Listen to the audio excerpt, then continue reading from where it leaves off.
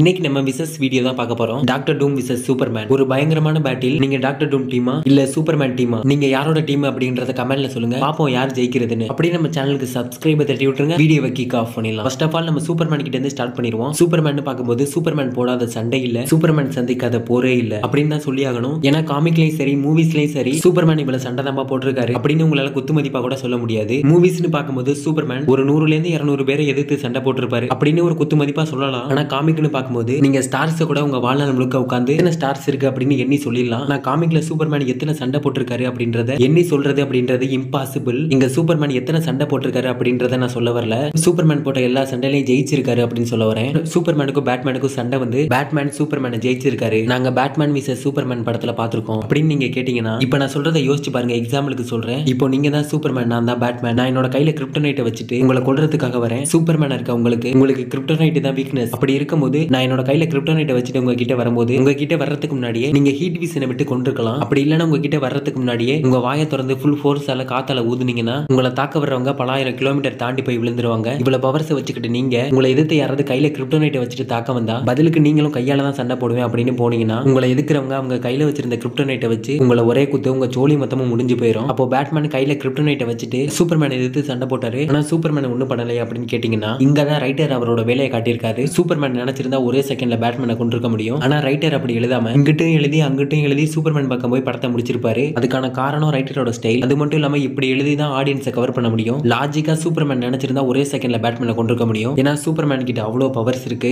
இவ்வளவு பவர்ஸ் வச்சிருக்க சூப்பர்மேனால டாக்டர் டூமை கொல்ல முடியுமா? அட்லீஸ்ட் டாக்டர் டூமை எதிர்த்து சண்டை போட்டு ஜெயிக்கவது முடியுமா அப்படின்னு நீங்க கேட்டீங்கன்னா வெயிட் அண்ட் வாட்ச். சூப்பர்மேன் கிட்ட எவ்வளவு பவர்ஸ் இருக்கோ அதே அளவுக்கு அவர்கிட்ட வீக்னஸும் இருக்கு. சூப்பர்மேனுக்கு கிரிப்டோனைட்டை தவிர்த்து ரெட் சன், அதிக அளவிலான gravity, brain wash, mind manipulation, magic and omega beams, இது மாதிரி சூப்பர்மேனுக்கு ஏகப்பட்ட வீக்னஸ் இருக்கு. அப்படியே நம்ம டாக்டர் டூம் கிட்ட வரும்போது டாக்டர் டூம் கிட்ட ஒரு முக்கியமான பிளஸ் பாயிண்ட் இருக்கு. அவரால் மேஜிக்கை கண்ட்ரோல் பண்ண முடியும். இது சூப்பர்மேனுக்கு ஒரு மிகப்பெரிய வீக்னஸ் கூட சொல்லலாம். அப்போ மேஜிக்கை வச்சு டாக்டர் டூம் சூப்பர்மேனை ஈஸியா டிஃபீட் பண்ண முடியுமா அப்படின்னு நீங்க கேட்டீங்கன்னா இதை தெரிஞ்சுக்க நம்ம டைம் டிராவல் பண்ணி கொஞ்சம் பின்னாடி போக வேண்டியது இருக்கு. 90ஸ்க்கு முன்னாடி 80s காலகட்டத்தில் DC Marvel crossover comic புக்ல சூப்பர்மேன் இது வரைக்கும் பார்த்துடாத அவரால் வெல்ல முடியாத ஒருத்தரை சந்திக்கிறாரு. அவர் தான் டாக்டர் டூம். அப்போ அங்க சூப்பர்மேனுக்கும் டாக்டர் டூமுக்கும் ஏற்பட்ட சண்டையில லாஜிக்கா அந்த இடத்துல யார் ஜெயிச்சிருப்பா அப்படின்னா டாக்டர் டூம். கிரிப்டோனைட் தான் சூப்பர்மேனோட வீக்னஸ்னு தெரிஞ்சுக்கிட்ட டாக்டர் டூம் அவரோட மேஜிக்கால கிரிப்டோனைட்டை தூளாக்கி சூப்பர்மேனுக்கு பலத்தை கொடுக்குற சூரியனோட ஒளிக்கதிர்கள் மூலமா கிரிப்டோனைட்டோட தூள்கள் சூப்பர்மேன் உடம்புல படுற மாதிரி டாக்டர் டூம் அவரோட மேஜிக்கால பண்ணிடுவாரு. சூப்பர்மேன் உடம்பெல்லாம் கிரிப்டோனைட்டோட தூள்கள் பரவுனதுனால தன்னோட எல்லா பவரையும் இழந்து சூப்பர்மேன் ஒரு பூமியில வாழ்ற ஒரு சாதாரண மனிதனா டாக்டர் டூம் முன்னாடி விழுந்து கிடப்பாரு. அந்த இடத்துல ஜெயிச்சது டாக்டர் டூம் தான். சூப்பர்மேன் டாக்டர் டூம் கிட்ட தோத்துட்டாரு. அதனால சூப்பர்மேன் வாழ்றதே வேஸ்ட் அப்படின்னு சொல்ல வரல. இப்போ இதே காமிக் புக்கை ஒரு மார்வல் காமிக் புக் ரைட்டர் கிட்ட கொடுத்தா அவர் டாக்டர் டூம் ஜெயிக்கிற மாதிரி தான் எழுதுவாரு. பிகாஸ் அவர் Marvel comic book writer. Superman versus Doctor Doom. இதே காமிக் புக்கை ஒரு டிசி காமிக் புக் ரைட்டர் கிட்ட கொடுத்தா அவர் சூப்பர்மேன் ஜெயிக்கிற மாதிரி தான் எழுதுவாரு. ஏன்னா அவர் டிசி காமிக் புக்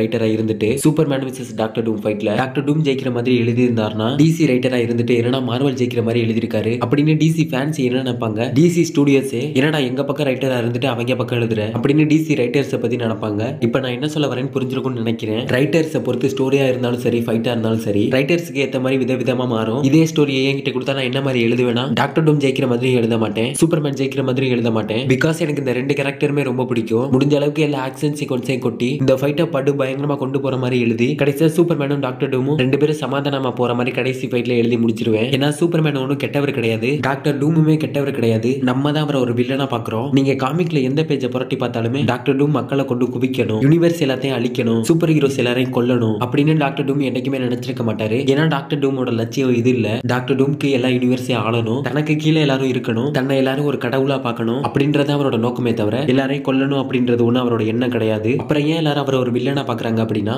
டாக்டர் டூம்க்கு நான் ஒரு கடவுள், என்ன மிஞ்சின சத்தின்ற ஒண்ணு இருக்கக்கூடாது, அப்படி இருந்தா நான் அதை அழிச்சிடுவேன் அப்படின்ற ஒரு எண்ணம் நம்ம டாக்டர் டூம்க்கு இருக்கதான் செய்து. இப்ப சொல்லுங்க டாக்டர் டூம் நல்லவரா கெட்டவரா? சூப்பர்மேன் விசஸ் டாக்டர் டூம் ஃபைட்டர் ரைட்டர்ஸ் என்ன மாதிரி எழுதுவாங்க, நான் என்ன மாதிரி எழுதுவேன் அப்படின்றத பத்தி சொன்னேன். இப்போ நான் அதை உங்ககிட்ட கொடுக்குறேன். இதை பத்தி நீங்க என்ன மாதிரி எழுதுவீங்க அப்படின்றத கமெண்ட்ல சொல்லிட்டு அப்படியே நம்ம சேனலுக்கு சப்ஸ்கிரைப் தட்டி விட்டுருங்க. அடுத்த வீடியோல பார்க்கலாம்.